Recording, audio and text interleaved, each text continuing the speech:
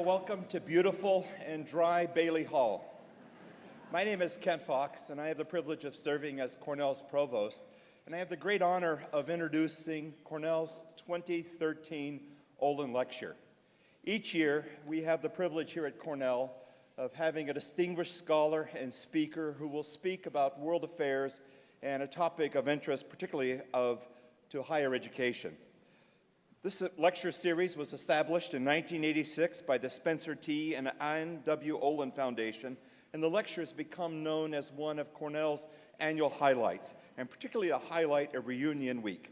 This year, we're proud to present one of Cornell's own faculty members, Professor Fredrik Logevall. Professor Logevall has taught at Cornell for almost a decade, and he is both an expert in international studies and also a world-renowned historian. As the John S. Knight Professor of International Studies and also as the director of the Mario Einaudi Center for International Studies, Professor Logevall plays an important role in implementing Cornell's goal of graduating students who are experts in global issues and also aware of cultural issues around the world. The Einaudi Center is an umbrella organization that has a number of interdisciplinary programs, including area study programs such as the East Asia Program, the Institute for African Development, and thematic programs that have to do with international law, as an example, and peace and conflict studies, and also development programs that affect world issues around the globe. As director of the Einaudi Center, Fred Logevall has not only enhanced the work of that center, but he's also played other important roles throughout the university, and in particular this past year in serving on a task force that was charged with planning the future of international studies and engagement at Cornell. This task force was charged for advancing one of President Skorton's top priorities, strengthening the university's international engagement. And I'm delighted to say that as of July 1st this year, Fred Logevall will be our new Vice Provost for International Relations. As a historian, Professor Logevall teaches courses on U.S. diplomacy, foreign policy, the Cold War, and also the Vietnam War. He's the author of Choosing War, The Lost Chance for Peace and the Escalation of War in Vietnam, and also co-author of America's Cold War, The Politics of Insecurity, among other books. 2 months ago, Fred was sitting in my office, April 15th, 3 o'clock, in a meeting in which we were discussing his new role as a Vice Provost for International Relations. And his phone was receiving a number of messages that were going to voicemail. Fred did not know it, but those messages were telling him that he and his book, The Embers of War, The Fall of an Empire and the Making of America's Vietnam, had just won a Pulitzer Prize in history. The Pulitzer citation describes the book as a balanced, deeply researched history of how, as French colonial rule faltered, a succession of American leaders moved step by step down a road toward full-blown war. The Pulitzer Committee joins a host of other scholars and reviewers in celebrating Embers of War. Just in the last few weeks, Fred's study has won the coveted Francis Parkman Prize from the Society of American Historians, and it was also named one of the best books of the year by the Washington Post and the Christian Science Monitor. Yep.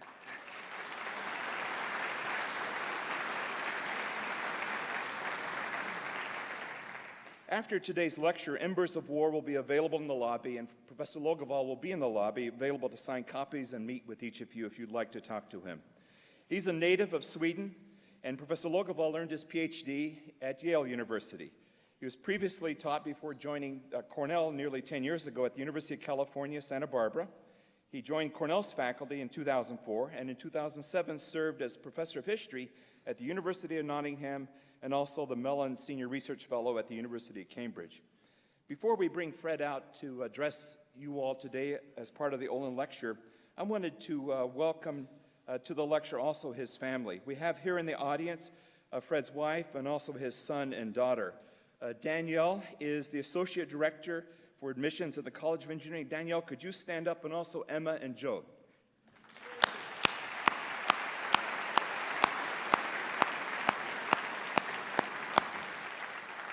So let's welcome to the stage Professor Fred Logevall as we hear about the meaning of the Vietnam War. Fred?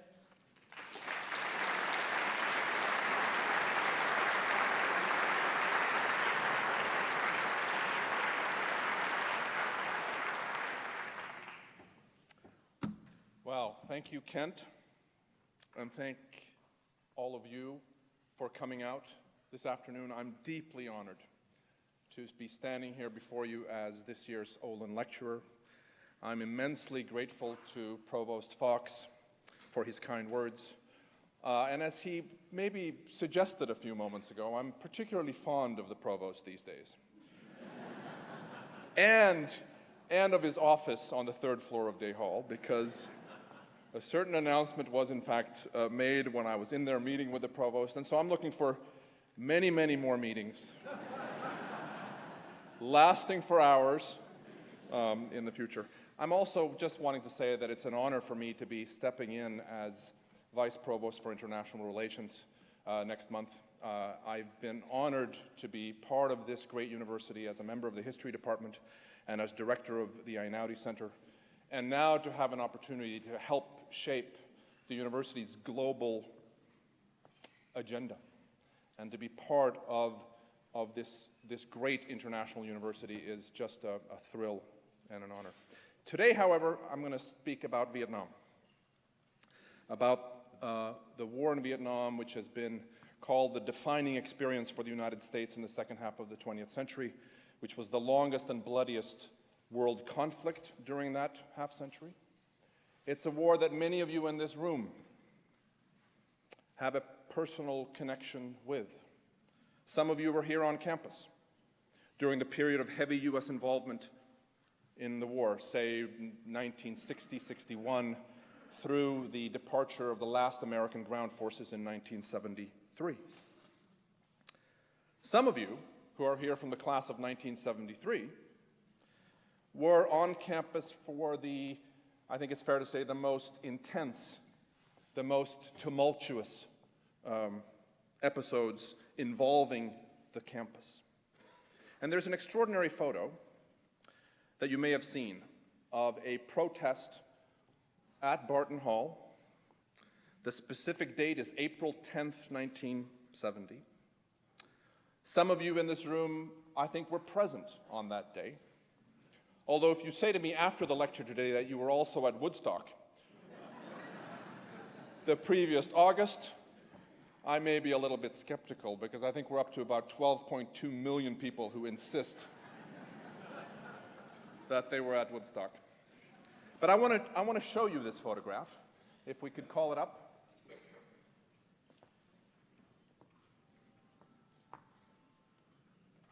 It's a photo, as I said, of Barton Hall in, it's an extraordinary photograph. I'll try to describe it. Take my word for this. We may or may not get to see it, but what it shows is a packed Barton Hall, and it shows students sitting in the front. It even shows, if I'm not mistaken, 2 dogs, which reminds us that this campus once upon a time was famous for letting dogs roam freely. I think there were even dogs in classrooms, if I'm not mistaken. But what's remarkable about the photo for me as a historian is that it was taken, as I said, on April the 10th, 1970. And this was 3 weeks before Richard Nixon announced that U.S. forces would be attacking targets in Cambodia, an announcement that spurred intense protest on this campus and all across the country. But this meeting, this protest was 3 weeks before. It was also about a month before the shooting of anti-war protesters at Kent State and at Jackson State. And this suggests to me, and I'll come back to this a little bit toward the end of my talk, the degree to which this campus was engaged with this long and difficult struggle in Southeast Asia for the United States. Cornell's connections, however, to the war go back long before 1970. Professor Lauriston Sharp, in late 1945, Professor Sharp had served in that part of the world during the war. He'd continued to consult in these months after the end of the Pacific War for the State Department. Professor Sharp warned his superiors in the State Department. There we go. Barton Hall, April the 10th, 1970. It's also, I think, about a week before The hall filled again, I believe on April 17th, for an appearance by a then fugitive Daniel Berrigan. So Barton Hall events, I think it's fair to say, were a relatively common occurrence, but I think it's an absolutely extraordinary photograph, and I wanted you to get a sense, if you were not here then, maybe you came to campus after, or maybe you were here before, of what could be seen here on the campus. Professor Sharp warned his colleagues that the colonial era was ending. Again, this is late 1945. That the United States would make a grave mistake if it backed France in its effort to reclaim control over Indochina. France having lost control of Indochina during World War II to the advancing Japanese. But Professor Sharp's warning fell on deaf ears. Later, in 1953, February 20th to be exact, February 20th, 1953, a then unknown Vietnamese, No Dinh Diem, who would go on to become South Vietnam's leader. He would be America's ally as that leader. He spoke here on campus, castigating France. The French War was still going on in 1953. He castigated France for clinging stubbornly to colonial rule and called here on Cornell's campus for the United States to assist his cause as leader among non-communist Vietnamese. Maybe one or two of you who are here from the class of 1953 were present for No Dinh Diem's talk that winter day. And then, 10 years after that, Cornell grads and researchers were among those sent as military and civilian advisors to the South Vietnamese government. They were sent by President John F. Kennedy, whose assassination occurred 50 years ago this November 22nd. And I want to come back and say a few more words about John F. Kennedy in a moment. Cornell even played a role in my own decision to become a historian of the war. One day in 1988, I attended a lecture in Eugene, Oregon, of all places, given by Professor George Cahan. And George Cahan had just published a magnificent book called Intervention, which was a history of the war. And I mustered up the courage. I had not begun my doctoral studies. I mustered up the courage after the talk to go up to Professor Cahan and say, Professor Cahan, I'm interested in becoming a historian, and I'm interested in studying this war. But you've written this magnificent book. I laid it on a bit thick. You've written this magnificent book. Is there anything still to be done? And I'll never forget, he said, young man, intense scholarship on the Vietnam struggle is only in its infancy. Go to it. Those were his words. It's my only meeting ever with the great Professor Cahan. This lasted all of 2 minutes. But I think it's fair to say that it's one of the reasons that I'm standing here before you today. And of course, as many of you know, he was a giant here at Cornell in the government department with the Southeast Asia program that he and Professor Sharp, who I already mentioned, really got off the ground, and which today is, I think, the greatest such program dedicated to Southeast Asian studies anywhere in the world. How did the war happen? Why did two Western powers, first France and then the United States, lose their way in Indochina at immense cost? And why did they do so? How did they do so despite possessing vastly superior military power vis-a-vis their adversaries, the Viet Minh under Ho Chi Minh? And what should we take away from the war today, 40 years after US troops left Vietnam? Does the Vietnam analogy, does it hold lessons for us in 2013? I think these have been profoundly important historical questions, which is why the war, I think, has had such deep resonance in American political culture for the last several decades, why it continues to have that resonance today. And I want to consider those questions in my few moments with you this afternoon. And I'm going to proceed in three parts. First, I want to consider this early period, and I'll go through it quickly. In particular, I want to say something about the French Indochina War, the war that was fought before the Americans came. I want to say then something about John F. Kennedy. This is, as I said, the 50th anniversary of his death, and I think Kennedy is a most interesting and important figure when we think about the Indochina struggle. I'll also say something in that same section of the talk about Lyndon Johnson, who followed him, and Richard Nixon, who followed him. And I'll offer a grave conclusion about a determination that I've reached in 25 years of studying this war, a grave conclusion about the three men and their policies in Vietnam. Finally, I'll say something about what I call the permissive context that allowed the war to happen. A permissive context in terms of Congress, in terms of the media, and in terms of public opinion, both elite public opinion and the broader populace. Because I think it has something to teach us about later American interventions, and in particular Iraq. I want to say something about our recent, or maybe some would say our current war in Iraq. But let's begin by traveling back in time, if we could. Too often, I think we debate this war, we discuss this war as though it began in the early 1960s. But in fact, World War II, I want to suggest to you, is of huge importance to all that will happen later in Indochina.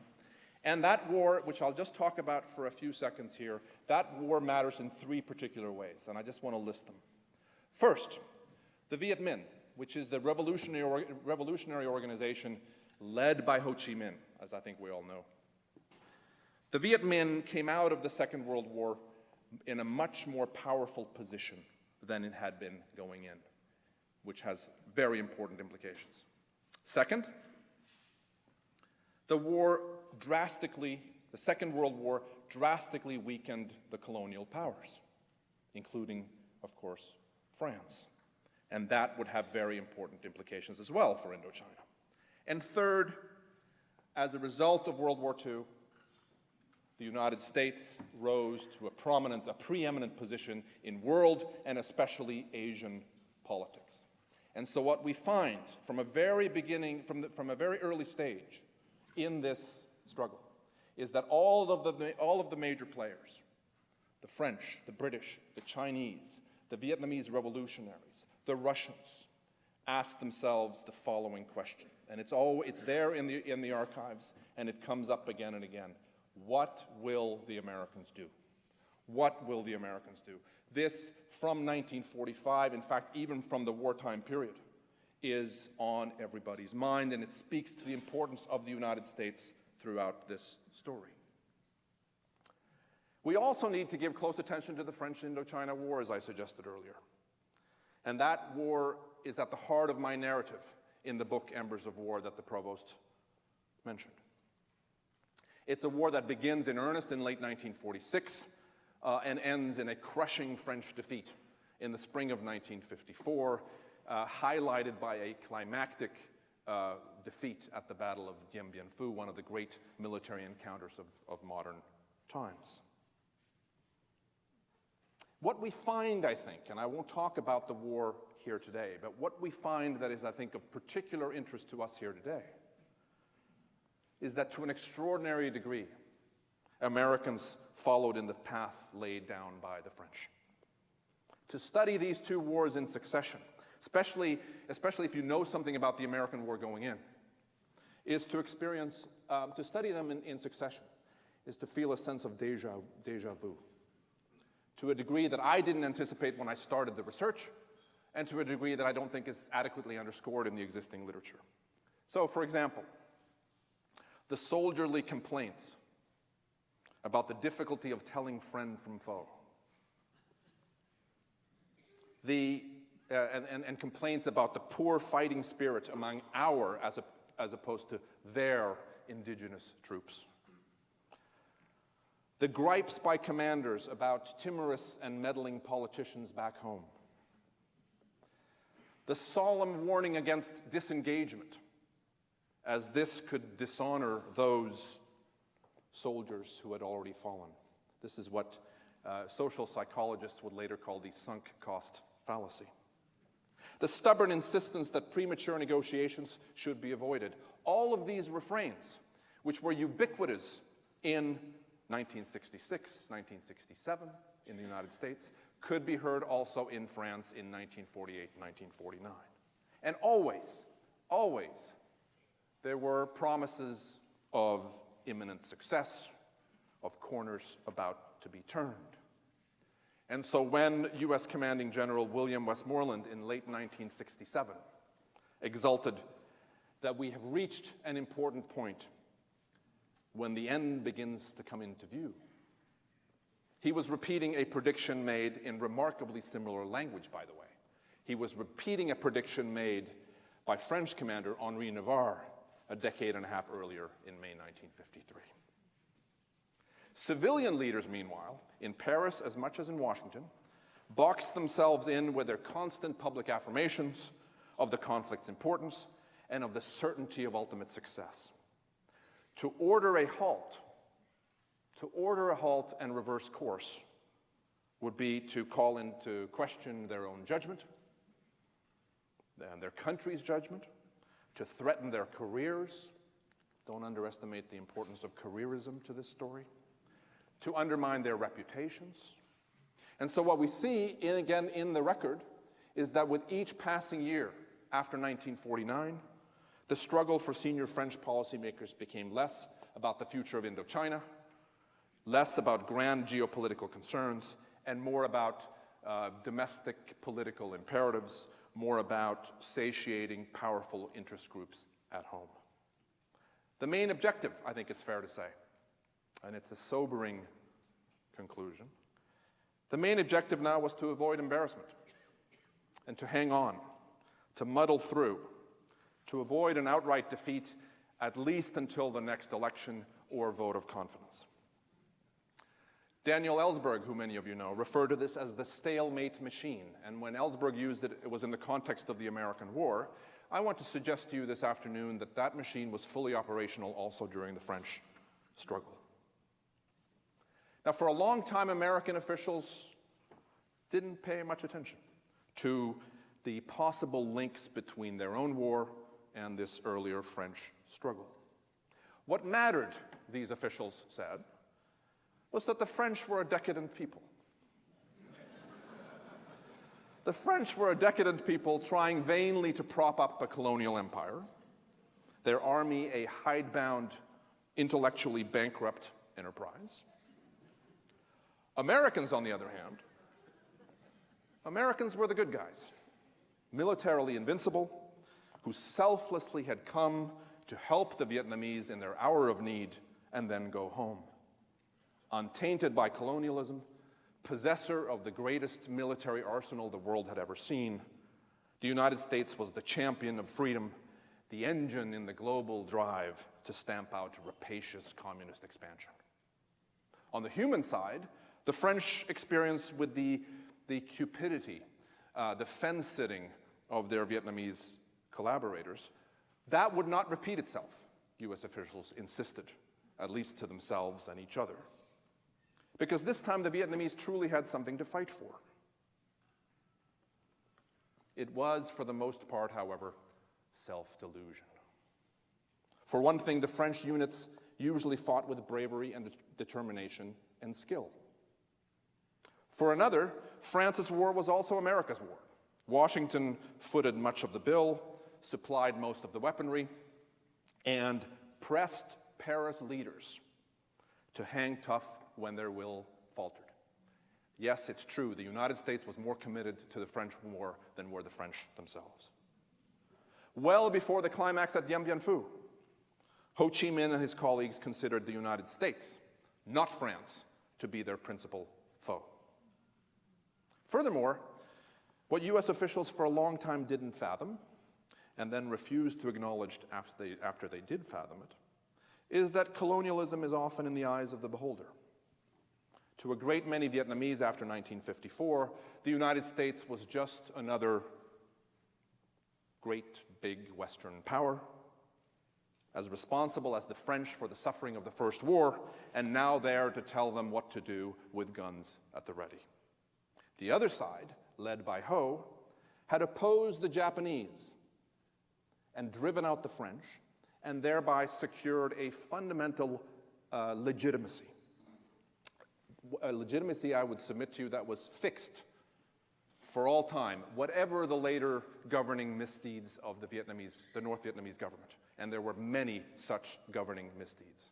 There was great ruthlessness on the part of the Hanoi government, especially towards its domestic opponents. Nevertheless, they, more than the succession of governments in South Vietnam, were the heirs of an anti-colonial revolution. Which then brings me to my second subject, namely JFK, John F. Kennedy, and his successors. I believe, ladies and gentlemen, that John Fitzgerald Kennedy understood this dynamic that I've been describing to you, understood it perhaps better than any other US official at the top level of the hierarchy, with the possible exception of Franklin Roosevelt. Roosevelt, during the war, was adamantly opposed to European colonialism in general, and the French in Indochina in particular. But certainly among later presidents and later top officials, John F. Kennedy understood the fundamental problems here. I opened my book with John F. Kennedy's visit to Indochina in October of 1951. He was 34 years old. He was on an around-the-world tour, I think at the insistence of his father, because he was running, JFK was running for the Senate in Massachusetts the following year, and his dad or they wanted him to burnish his foreign policy credentials. So he was in Vietnam with his brother Bobby and with their sister Patricia. And I opened the book with that because even then, in 1951, in the midst of the French War, Kennedy saw through the French expressions of bravado and optimism. He asked penetrating questions about whether France, or by extension any outside power, any Western power, could ever overcome Ho Chi Minh's cause. He asked, is it possible to subdue revolutionary nationalists in this part of the world by force of arms? This is John F. Kennedy, 34 years old. And if you look at his remarkable diary, he kept a diary on the trip, which is available at the Kennedy Library. You see him raising these questions at the time. After he returned to Boston, he said in a speech, again in 1951, in Indochina, and I'm quoting, we have allied ourselves to the desperate effort of the French regime to hang on to the remnants of empire. Later, he said, to act apart from and in defiance of innately nationalistic aims spells foredoomed failure.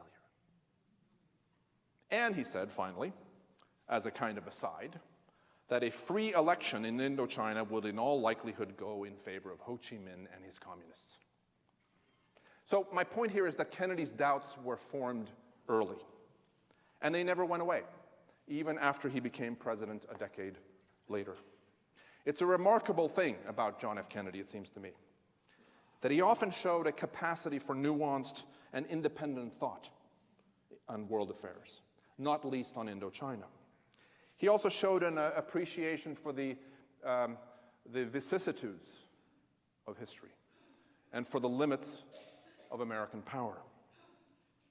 From time to time, he expressed doubts about the ability of the West to use military means to solve Asian problems, as I suggested. And on several occasions, notably in the fall of 1961, he resisted the urgings of advisors that he commit US ground troops to Vietnam. And always, for Kennedy, the French experience gnawed at his sensibility, as when he confided to an advisor early in his presidency, if Vietnam is ever converted into a white man's war, we would lose it just as the French lost it. But here's the paradox. Here is the paradox, and I think you know where this is going. This same JFK deepened US involvement dramatically during his 1,000 days as president. In 1962, vast quantities of the best American weapons, jet fighters, helicopters, armed personnel carriers arrived in South Vietnam, along with thousands of additional military advisors, some of whom secretly, were taking part in combat. By the end of 1962, American military advisors in Vietnam numbered over 11,000. By the time of Kennedy's trip to Dallas in November of '63, there were more than 16,000. And in 1964, under Lyndon Johnson, the number grew to 23,000, and also in '64, Congress voted to authorize the president to use military force as he saw fit in Southeast Asia. Then, in early '65, the so-called Americanization of the conflict as Johnson sent large-scale ground forces and began a sustained air war against North Vietnam, as well as Viet Cong-held areas in the south. By the end of 1965, 180,000 US fighting troops are on the ground in South Vietnam, and the number would continue to grow, maxing out early in the Nixon administration at more than 550,000 ground troops. But here is that sobering conclusion I alluded to earlier. Here's the finding that I've reached on the basis of 25 years of doing research on this war. None of these presidents, not Kennedy, not Johnson, not Nixon, really believed in this war. None of them believed that the outcome in Vietnam was crucial to American and Western security. None had confidence, I think, that the war would ultimately be won militarily. Kennedy grew increasingly wary during 1963, hinting to advisors in his final months of life that he wanted to withdraw from Vietnam following his 1964 re-election. Johnson, for his part, in 1964 began to question the long-term prospects in the struggle also, even with major US escalation. He began to wonder about the war's ultimate importance to American security. And Johnson said at one point in May of 1964 in a telephone conversation, by the way, as you know, we have a marvelous thing called the White House tapes for these three administrations. Strangely enough, they stopped taping after Nixon. But in one of these telephone conversations, May of 1964, Lyndon Johnson said, and this is to McGeorge Bundy, his national security advisor, pardon my French, what in the hell is Vietnam worth to me? What is it worth to this country? And it's just one conversation, but I think if you listen to all of them, and if you look at what Johnson said at various points in the year that followed, he had real doubts, both about the importance of the struggle and whether it could be won. But like his predecessor, LBJ was careful to articulate such sentiments only privately, and even then only to a select few. In public, he and his top advisors, all of them holdovers from Kennedy, stuck close to the received wisdom, insisting that the outcome in Southeast Asia was critically important to American interests, that they were committed to defending their allies in South Vietnam, who had been attacked by external enemies. And by using such an unambiguous language in public, American leaders found, just like the French before them, that backing away could be extremely difficult. They knew that hawks in the American Congress and in the American media stood ready to pounce on them if they were seen as shifting course. They backed themselves into a corner. It always amazes me that leaders do this. They paint themselves into a corner in terms of their public pronouncements. Now, to be sure, Kennedy's freedom of maneuver and Johnson's freedom of maneuver had been constrained already by the choices of their predecessors, as I lay out in the book. By Truman's active support of the French war effort, by the Eisenhower administration's move in 1954, a hugely monumental decision to intervene after the French had been defeated, to build up and sustain a non-communist South Vietnam, thereby displacing France as the major external power. And Johnson also had the added burden of Kennedy's escalation that I alluded to earlier. So Johnson faced that as well when he came in November of 1963. For more than a dozen years, the United States had committed itself to preserving a non-communist toehold in Vietnam, and both men, both Kennedy and Johnson, feared that to alter course now, even under the cover of a fig leaf negotiated settlement, could be harmful to their credibility, their country's credibility, their party's credibility, their own personal credibility. They were not willing to risk it. If this stance speaks poorly of their political courage, Kennedy wrote a book called Profiles in Courage, would not apply to himself in this particular instance. It also had, if it speaks poorly of their political courage, it also had a certain political logic behind it. But then again, so did the skeptics reply. The skeptics said that the credibility of the United States and of the Democratic Party and of them themselves would be hurt much more by getting drawn into a bloody and extended slugfest, in a conflict of peripheral strategic importance in forbidding terrain thousands of miles from America's shores. Ultimately, Kennedy and Johnson, and later Nixon, found what a long line of French leaders had found, that in Vietnam, the path of least political resistance, especially in domestic political terms, was to stand firm and hope that somehow things would turn out fine, or at least be bequeathed to a successor. As Democrats, Kennedy and Johnson felt the need to contend with the ghosts of McCarthy and the charge that they were soft on communism. Truman also acted partly with this concern in mind, as indeed did Eisenhower. This was not exclusively a Democratic concern. Nixon as well. Eisenhower's decisions in 1954, I don't think, can be understood apart from the charged domestic political atmosphere in which they were made. But the perceived power of this political imperative was even greater in the early 1960s, as the two presidents, feeling the vulnerability that all Democrats felt in the period, feeling the concern about avoiding another who lost China debate, stood firm.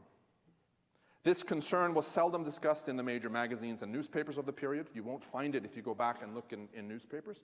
It's also not the sort of thing that people put down in documents.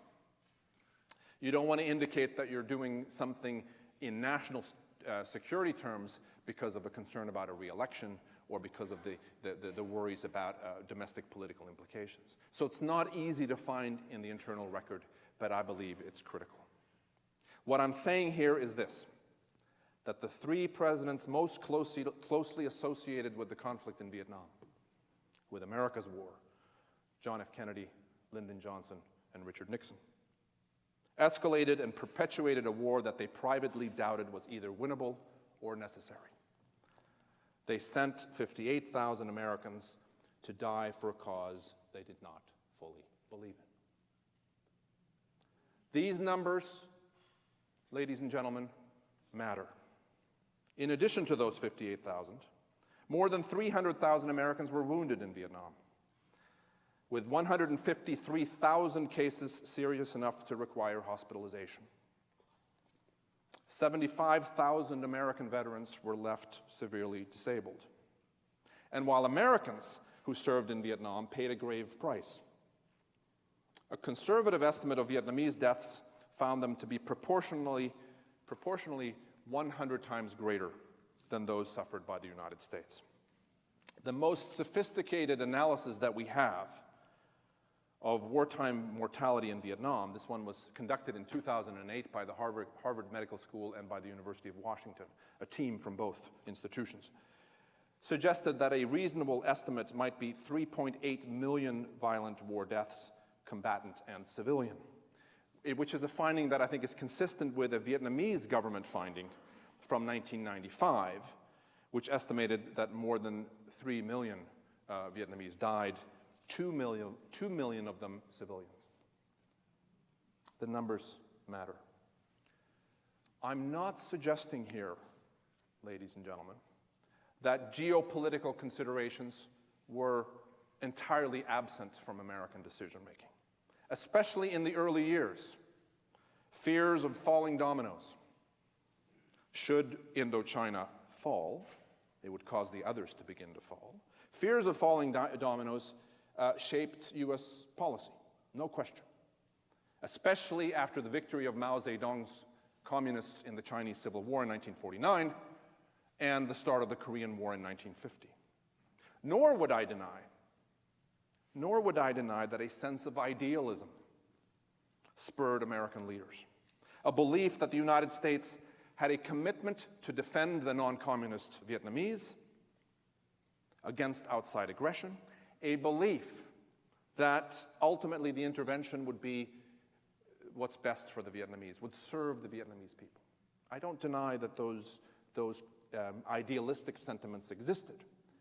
But what I would say is that I think the evidence shows clearly that these concerns did not drive American policy, especially in the period of heavy US involvement.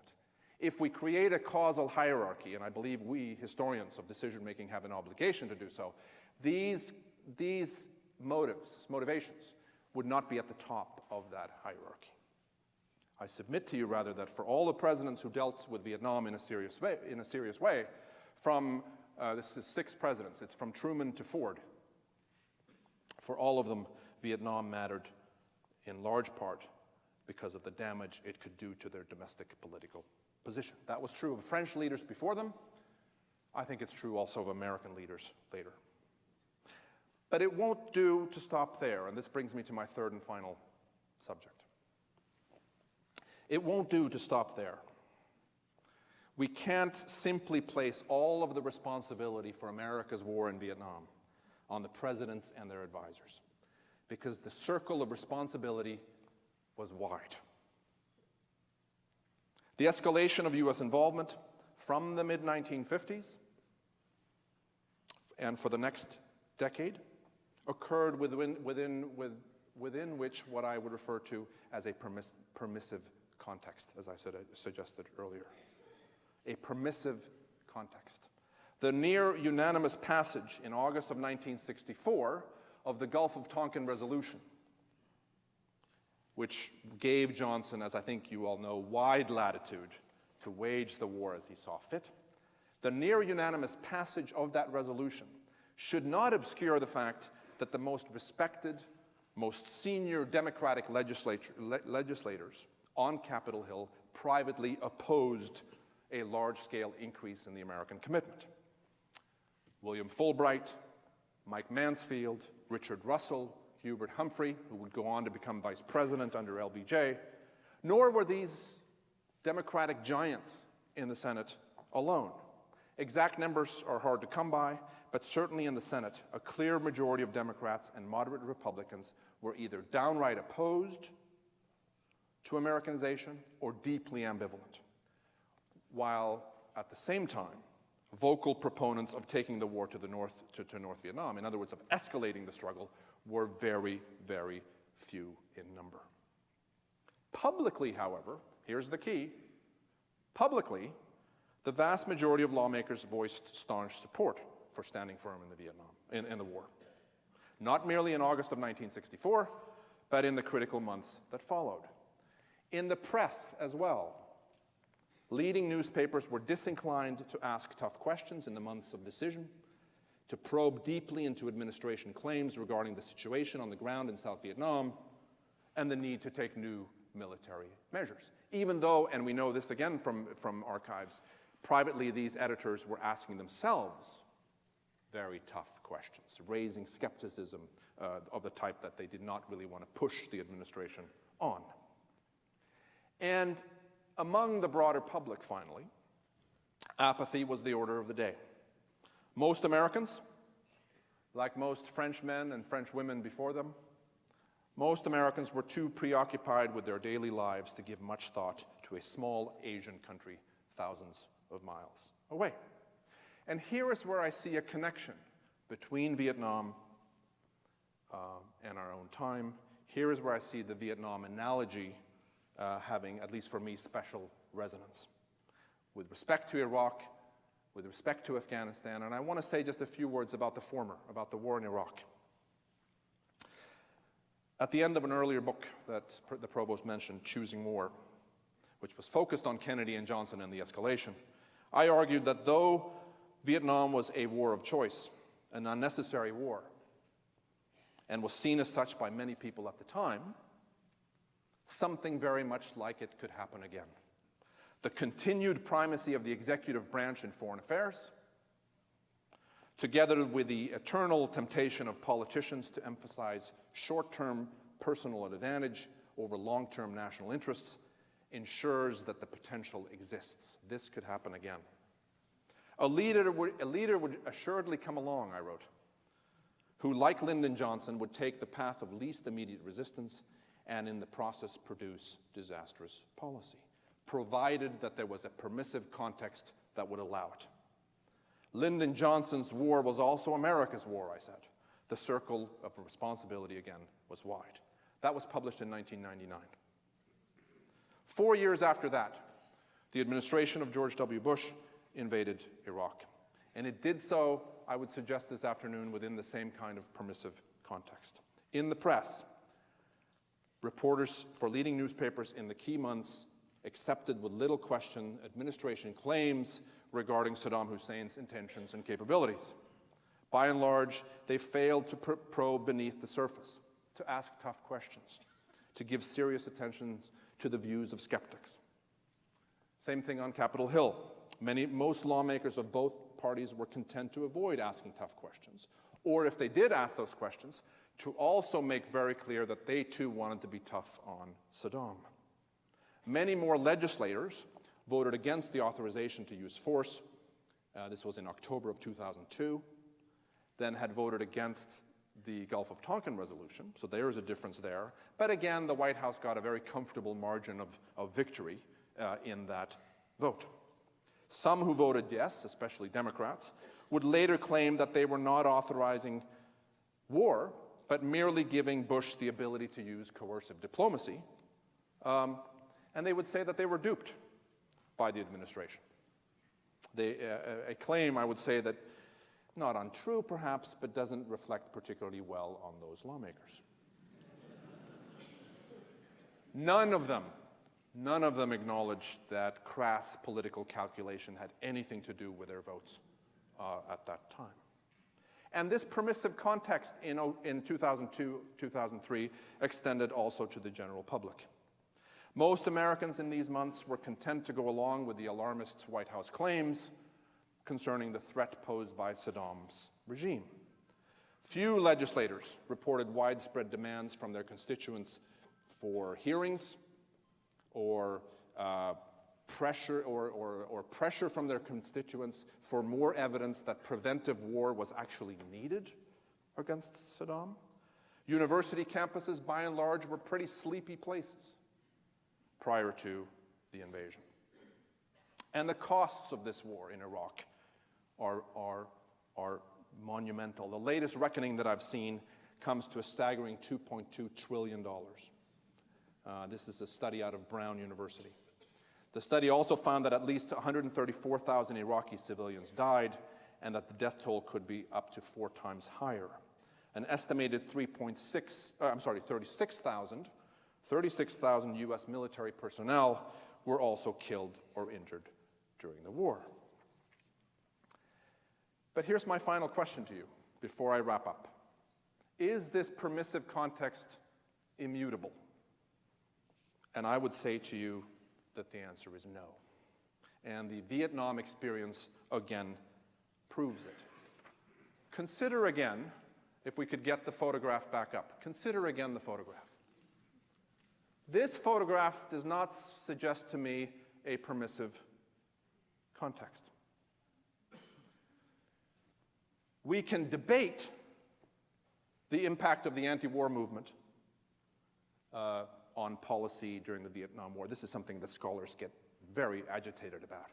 Did the anti-war movement really affect policy? Some scholars say yes, some say not so much. But I think the kind of agitation that we see reflected in this photograph had an effect over time. There's no question in my mind.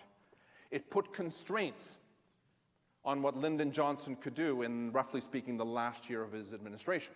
And by the way, I think Lyndon Johnson was a hawk on Vietnam right down to the end, which is one reason I think he preferred to see a Richard Nixon victory in that election than his own Vice President Hubert Humphrey. That's something we can discuss.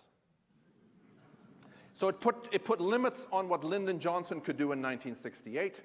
It put limits on what options Richard Nixon had beginning in January of 1969. I think that's clear from the record. It's also clear from this marvelous resource that I mentioned, the Nixon tapes, the White House tapes. By the way, the other thing that comes through in those tapes is that Richard Nixon saw all of his Vietnam options through the lens of the 1972 election.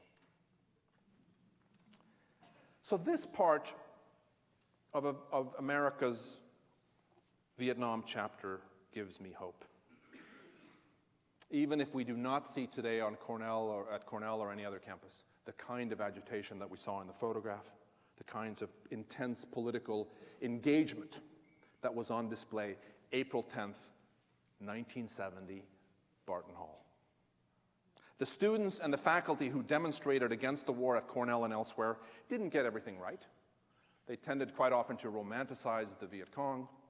They tended quite often to romanticize the Hanoi government.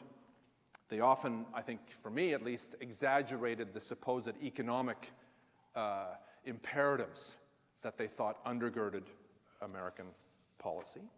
So they didn't get everything right, but many of them, many of you in this room, many of them at various levels of American society grasped the essentials of the struggle, drew lessons from that struggle even then that I think have great utility today.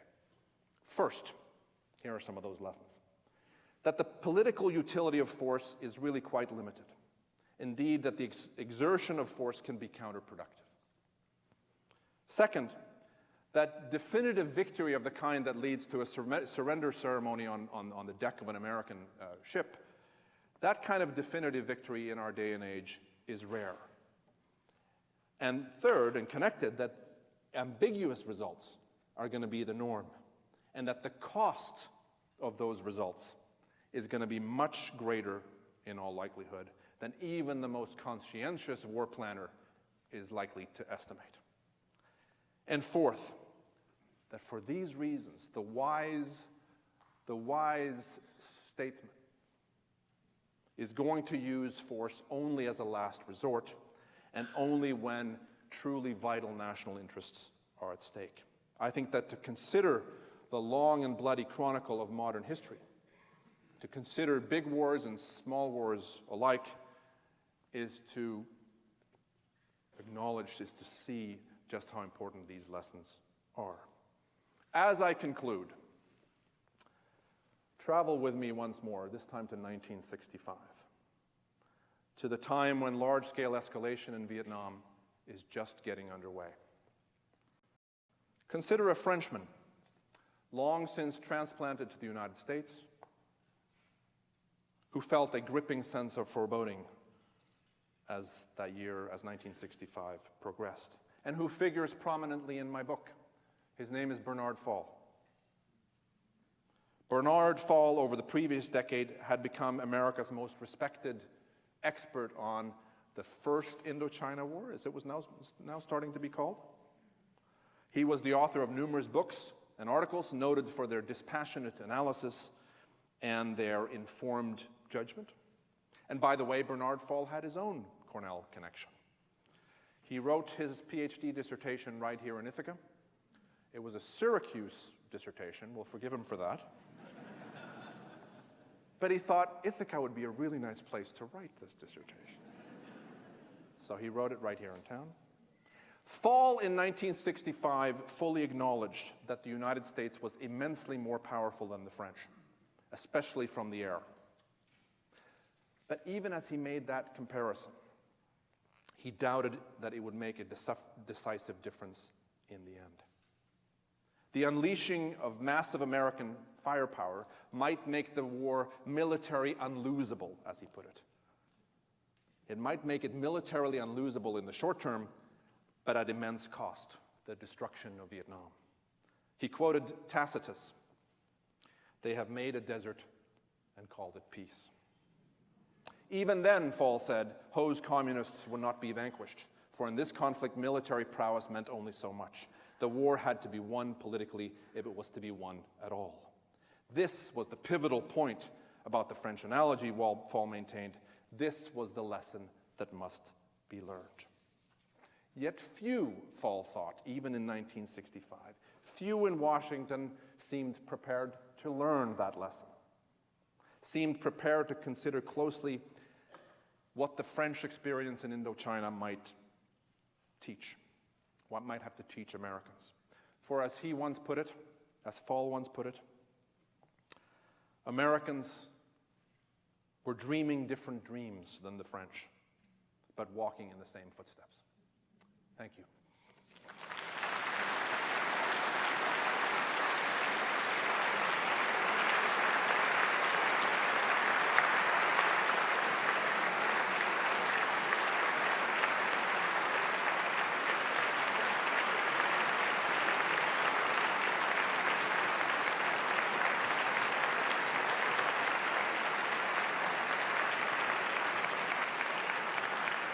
Thank you. Thank you. I would be delighted to take, we have a few minutes for questions, and you may commence firing from all sides. Yes, sir. You did not mention the powerful military-industrial complex that Eisenhower warned us against. Yes. Their pacts, their influence, their money. How did that influence our decisions and the senators' and congressmen's decisions on going ahead? Are you aware that it probably matters in almost every conflict? Yes, the question was about the military-industrial complex, which I did not mention. And I think Eisenhower's farewell address in early 1961 is an extraordinary farewell address, arguably the greatest we've had because of his warning against that complex. He himself helped to create it, which is the part he didn't make mention in the speech. But it's a warning that I think is well taken. Interestingly enough, in the case of the Vietnam conflict, I think it matters less than one might expect. And what I mean by that is that I don't see good evidence that key players in that complex, in the months of decision, or in the years of decision, if we begin in the mid-50s and go to the mid-60s, I don't see that leading members of that complex. And by the way, Eisenhower originally called it military-industrial congressional complex. But he was a very smart politician, and he thought, maybe I'll leave Congress out of the description. But I don't think the key members of that complex helped to drive the decision. In fact, this is what's interesting about this. I already suggested that congressional leaders had real doubts about whether Vietnam was the place to do this. I think that captains of industry, that leading members in corporate America and in finance also had doubts. Many of them then benefited in the end from the war. But I don't see them as being particularly crucial in the lead up to that conflict. Let's go over here, yes. Thank you for the brilliant lecture. And it's kind of a vindication for all of us who protested in the 60s and 70s.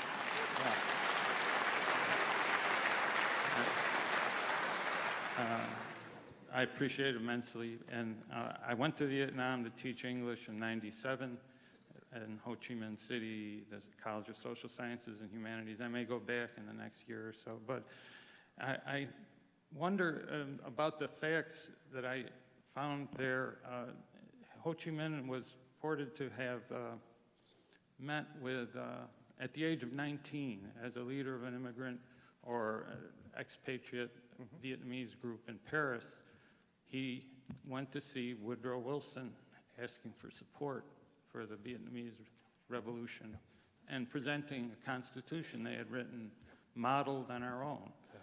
So these facts, or if this is indeed a historic fact, as I believe it is, indicate that even a great university professor like Woodrow Wilson voted 5 times. I thought you were talking about me there for a second. Well, I'm hoping you'll avoid the mistakes of Woodrow Wilson when you become president of Cornell. But good one. Thank you. I'm looking forward to it. But in any case, just to end there, had he made a right decision to support the Vietnamese at that point, the whole nature of the next 50 years would have been substantially different, Well, wouldn't it? your mention of Woodrow Wilson is important, and I in fact opened the preface to the book with Ho Chi Minh renting a morning coat, if you can imagine. This is at Versailles in 1919. He's a little older than 19, but he's a young man. He rents formal wear because he wants to get an audience with, yes, Woodrow Wilson. He's read the 14 points. He has heard Wilson speak about national self-determination, and he says he's going to be my ally in this. And of course, doesn't get to see Woodrow Wilson, doesn't get to see any of the other Allied leaders either, returns his rented morning coat. And I think you're right to see this as an extraordinary moment and as a missed opportunity. And Ho, and this is one of the things that's remarkable about him, and I detail this in the book. For a long time, Ho believed that the Americans will be my ally. The Americans were founded in the United States was founded in an anti-colonial reaction to Great Britain. This is precisely what I'm about. And we could say that Ho Chi Minh was naive, that it took him far too long to realize that, in fact, no, the Americans are not going to be my ally. They're going to be my adversary. But I think I can show that as late as 47, 48, he thought that the Americans would come around, that they would oppose what the French were doing, and they would be his allies. Which, by the way, doesn't mean that Ho Chi Minh was going to be some kind of a close friend of the United States necessarily. I think he was a dedicated communist from the 1920s on. And so I don't want to fall into I don't want to overly romanticize his close connections potentially to the United States, but he believed it. And the Wilson, that moment at Versailles in 1919 is an extraordinary one. Yes? I was a student of George Keynes, I believe when he first came in the early 50s. Could you please trace his thinking from that time forward? I'm not sure that I could do justice to it. What I can tell you is that I think for me, as somebody who met him, as I said, for a grand total of 2 minutes, but read his work and have met many others besides yourself who either studied under him or worked with him here at Cornell, he is a hugely important figure in the study of Southeast Asia. Not only of Vietnam, but in some ways he's probably known more as a specialist on Indonesia, and helped make this Southeast Asia program, as I said, the envy of the world. I think there was, to some degree, an evolution in his views. I don't think I know it well enough. I can see some differences between his early writings on the war and his later. But I think what's remarkable more is the consistency. So that what I see on the subject of Vietnam, which is where I know him best, I don't know him as well in terms of his work on Indonesia, I think what George Keynes was writing in the late 60s, very much at the height of the American War, is very consistent with what he said in his great book Intervention, which is the one that I referred to earlier. How about the early 50s?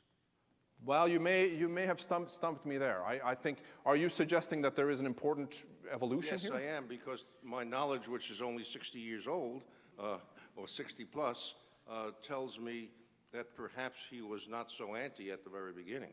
Well, I think that's very fair.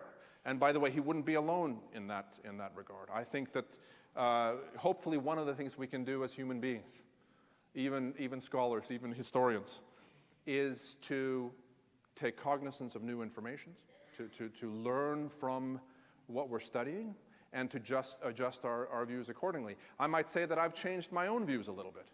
I think I've come to realize that we need, for example, to take non-communist Vietnamese and their aspirations, their dedication to Vietnamese independence. We need to take it seriously.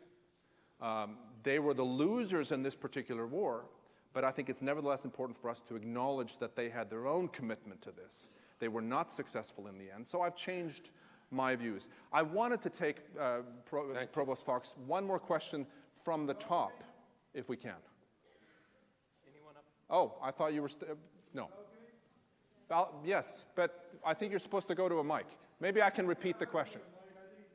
Yes, okay, I'll repeat it, yes. Vietnam era veteran, we heard atrocities that the U.S. military did to the Vietnamese. What atrocities did they do to our children? You comment on that? Well, I think there were certainly terrible things perpetrated on both sides of this conflict. The question was about Vietnamese atrocities against U.S. troops, I think in particular. And look, the Viet Minh against the French, the Viet Cong against the Americans, the NVA against the Americans, were capable of great ruthlessness. There is no question about it. The treatment in various prisoner of war camps and so forth. I think there's a lot of that on both sides. What I've focused on here in this particular lecture is the American experience in Vietnam, and more, as you'll recall, on the decision, the political decision-making, than on the war itself. But there's no question that this went on both sides. I think we're out of time. I'm going to turn this back to the provost. Thank you, Fred.